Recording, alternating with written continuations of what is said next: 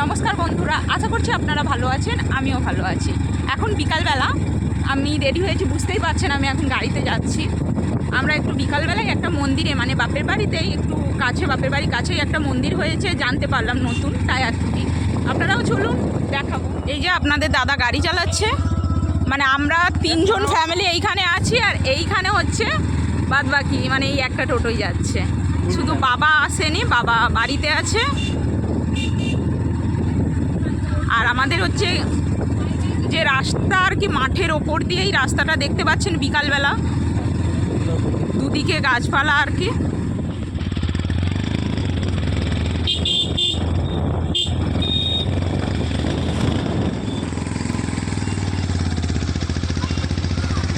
ওরা আস্তে আস্তে আসছে, আমরা তাই একটু এগিয়ে আসলাম। অনেকটাই প্রবলেম হচ্ছিল, পেছনে পেছনে আসছিলাম তো, জানি না অবশ্য রাস্তাটা নতুন, জিজ্ঞাসা করে করে যাব।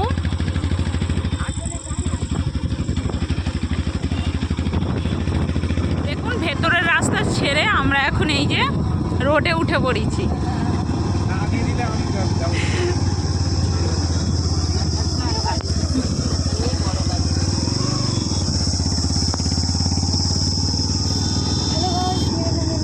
সামনেই হচ্ছে রায়চক মোড়, মানে আমি ডান সাইডে চলে যাই ভ্যাসাল ঘাট যেই দিকে।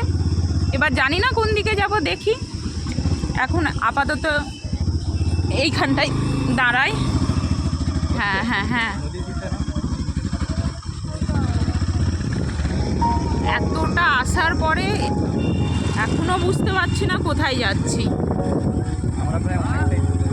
প্রায় আমার বাড়ি থেকে অনেকটাই চলে এসেছি। আমাদের এই ফার্স্ট টাইম, জানি না ঠিক মতো।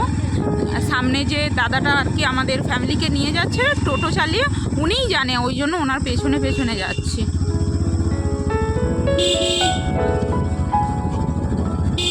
আর আমরা এগোতেও পাচ্ছি না গাড়ি নিয়ে, মানে সামনে জানতে পারবো না তো।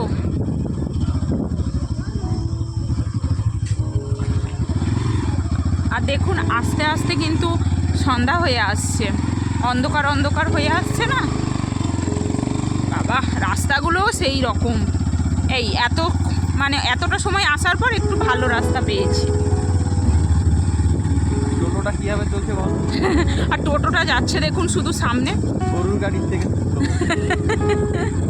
কি করব বলুন, আমরা তো এগোতে পারছি না, জানি না, ওই জন্য রাস্তা জানি না, খুবই প্রবলেম হচ্ছে। আর আমাদের গাড়ির কততে আছে দেখুন একবার, বুঝতে পারছেন নিশ্চয়ই। 14-13-তে আছে। চলুন যাওয়া যাবে। আমরা এসে পৌঁছে গিয়েছি। আমার ভয়েস কতটা শুনতে পাবেন আমি জানি না, প্রচণ্ড ভিড় দেখুন সামনেটা। আর এই যে এখনও কাজ চলছে মন্দিরে।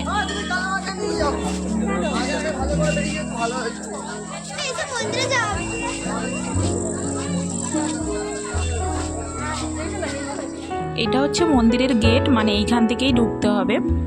আর আপনারা দেখুন মন্দিরের কাজটা এখনও কমপ্লিট হয়নি, তবুও আর কি সবাইকে মানে ঢোকার অ্যালাউ করে দিয়েছে। এখানে পুজো টুজো সবই হচ্ছে, কিন্তু এখানে না ফোন অ্যালাউ নেই, এইটা আমরা লুকিয়ে লুকিয়ে করেছিলাম।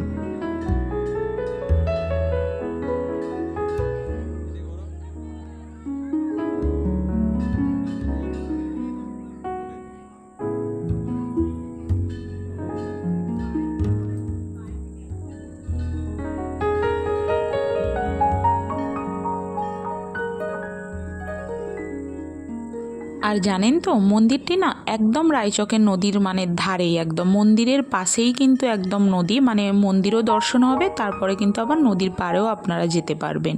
আর আমরা কিন্তু জানতাম না যে এই মন্দিরটি মানে কোন দেবতার মন্দির। আমরা কিন্তু গিয়েছিলাম সোমবারে, গিয়ে দেখতে পেলাম মন্দিরটি বাবা ভোলেনাথের মন্দির। আমরা তো জানেনই আপনারা আমার অনেক ভিডিওতে, আমরা ভোলেনাথের ভক্ত। গিয়ে কিন্তু আমাদের সত্যিই মনটা খুবই ভালো হয়ে গিয়েছিল।